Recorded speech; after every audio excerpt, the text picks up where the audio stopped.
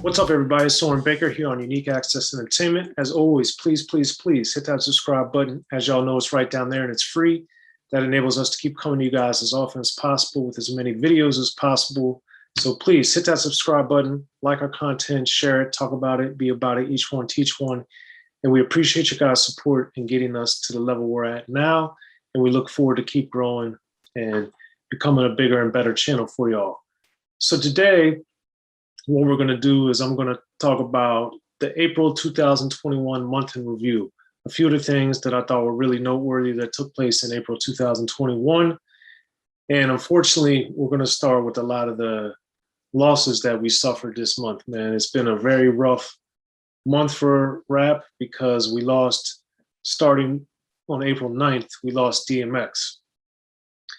That one hit me super hard because I was one of the first people to ever interview DMX. If you guys go back, I know a lot of people that watch this collect things. If you have the March 1998 issue of XXL, I did a feature on DMX in there. So if y'all have that, you could check it out and see. I was early to the game on Darkman X. I was a huge fan of his, and I was so excited to be able to interview him because I've been listening to him on Mike Geronimo, the LL Cool J, the Mace, all these different things, Locks, of course.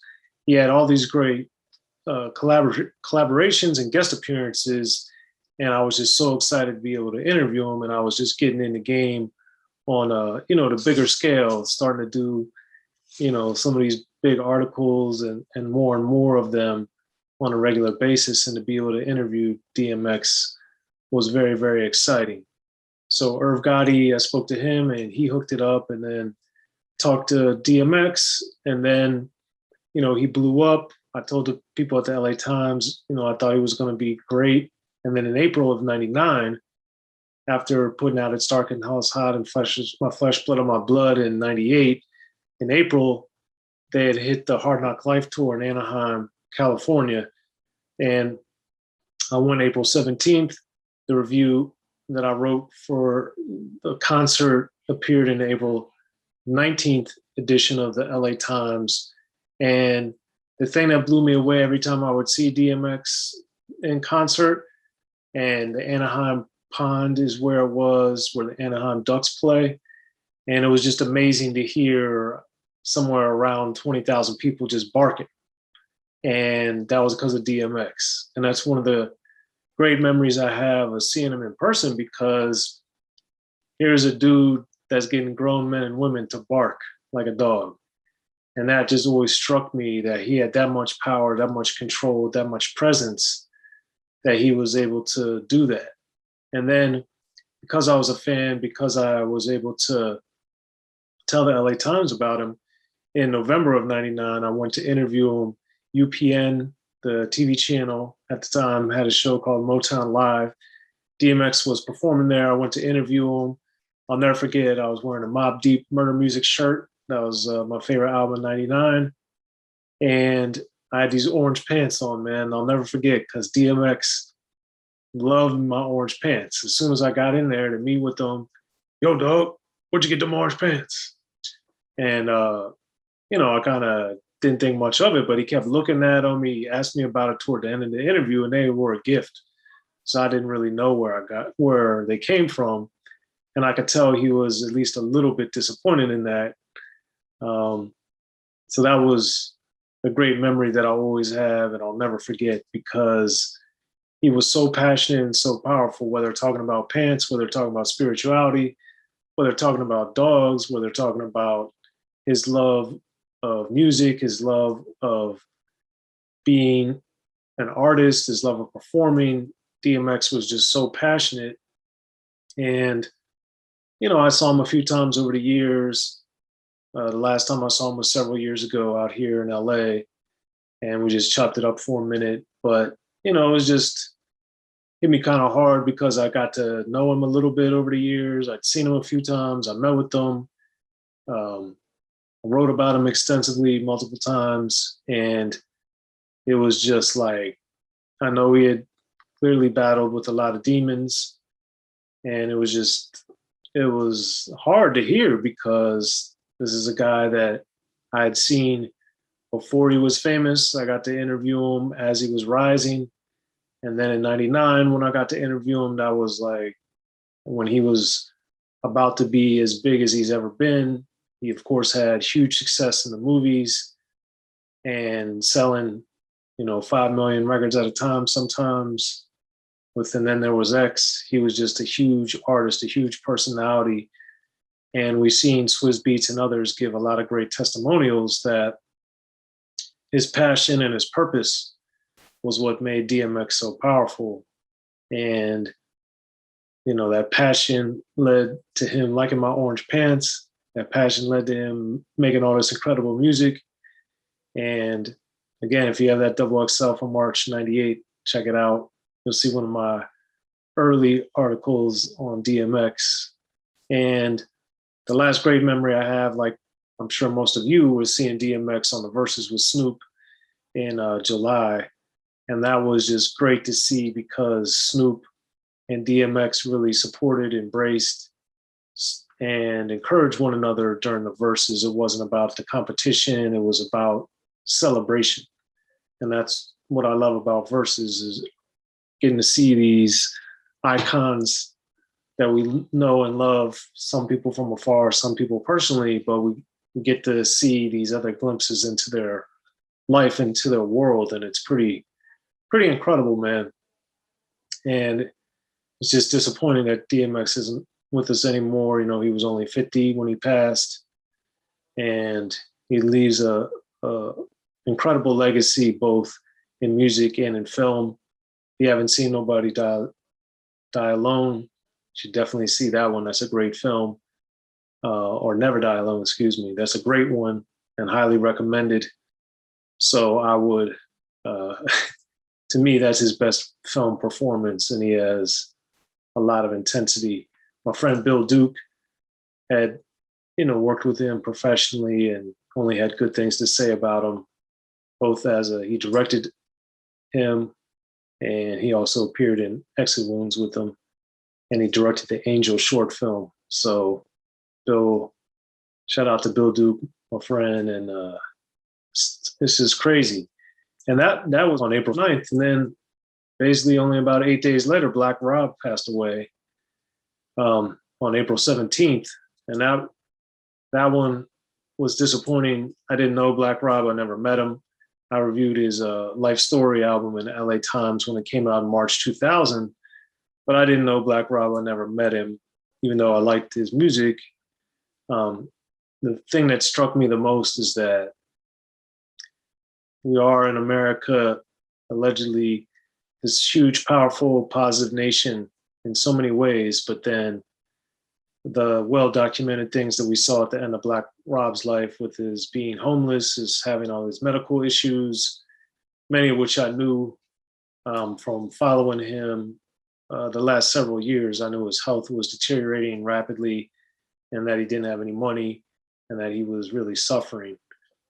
So that was really disappointing to see, because like DMX, like Black Rob, one of the things about music ever since I was a little kid, like, rappers are my superheroes. Rappers are the people I look up to and I admire and I learn from and I aspire to be like and to work with and to become friends with, because I think they're immensely talented, they're very intelligent, and I've learned so much from rap, and my life, to my way of thinking, is infinitely better because of rap.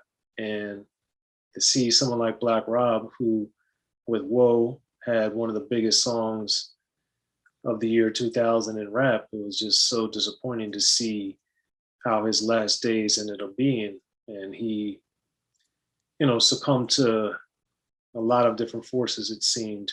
So rest in peace to Black Rob, and, my condolences to his family and friends. And if that wasn't enough, then on April 22nd, we lost Shock G.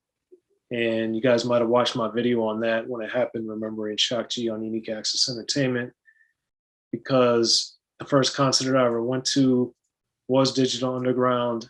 They were one of the opening acts for Public Enemy's Fear of a Black Planet tour in 1990. I grew up in Maryland, so I went to the Capitol Center, Landover, Maryland, and got to see that show, and it was amazing. And then I got to meet Shock G several years later when I was working at Rap Pages. My friend Alan Gordon had him come through the office one time, and he was just a super cool dude, man, and immensely, immensely talented and a real musician. That's something that I always admired about Shock G, was that he was a really, really talented musician.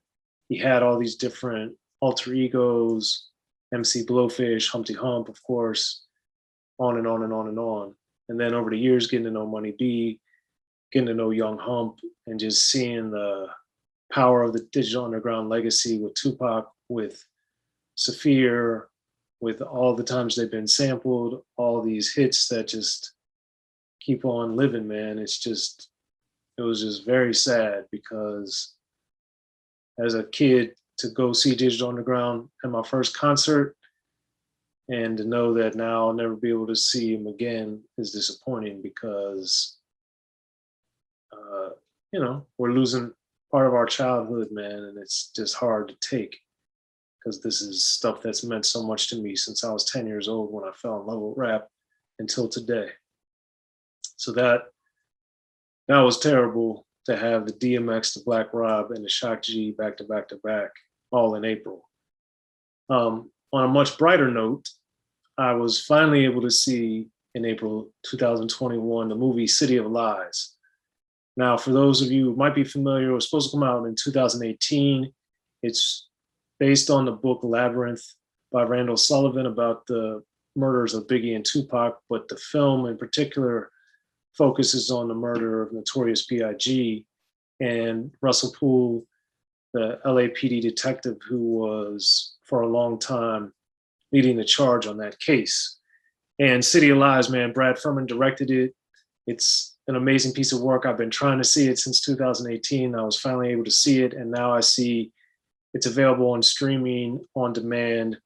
So I would highly recommend everybody see it, whether or not you read Labyrinth, whether or not you guys know much about the intricacies of the case, which I'm sure you do by now. But Johnny Depp is incredible as Russell Poole. Forrest Whitaker portrays a composite / fictionalized character that's a journalist that's kind of, I guess, loosely based or partially based off of Randall Sullivan, who wrote the Labyrinth book that City Lies is based off of. But for rap fans to get a fictionalized account of what may or may not have happened, it was just amazing to me. And there's also a surprise cameo as someone playing themselves at the end of the film, which blew me away. They have a very powerful, meaningful scene with Johnny Depp at the end of the film, and I was just blown away that this person portrayed themselves. And I would highly, highly recommend City of Lies. Make sure you let me know in the comments what you guys think, if and when you do check it out, because we have these rap movies that come out periodically. I'd love to see a lot more of them. And of course, I'd love to write and produce and direct some of them. But this one in particular, because the Biggie and Tupac cases have yet to be solved, quote unquote, it was nice to see some of the stuff detailed and documented as to what had been going on in the LAPD for those that didn't follow the case super closely. City of Lies gives you a great, great, great look at it, and I highly recommend it. As we close, the thing that blew me away was the Oscars. For those that follow the channel, you might have seen me interview Sugar Bear from EU. I had Crank Radio with Shorty Coleon and Rico Anderson. I love go-go music. I'm from Maryland. Went to a lot of go-go shows, and I really love it and miss it, being able to see it in person. So when Glenn Close, Lil Rel, and Questlove did their little routine about doing the butt, and Glenn Close in particular then went on shouting out Sugar Bear and EU and Backyard Band and the DMV, and how the Academy didn't highlight Spike Lee's film, and The Butt didn't get even nominated for Best Song at the time. That's Da Butt. Yeah, it's Da Butt. I know that. Da Butt was, wait a second, it was a classic song. by the great Washington, D.C. go-go band EU. Oh. So, yeah, and shout outs to Sugar Bear and the Backyard Band and the whole DMV. Do you know the dance, though? Do you know how to do the butt? Quest, turn it up. Come on, let's see it. Let me see you do the butt. Let's see it.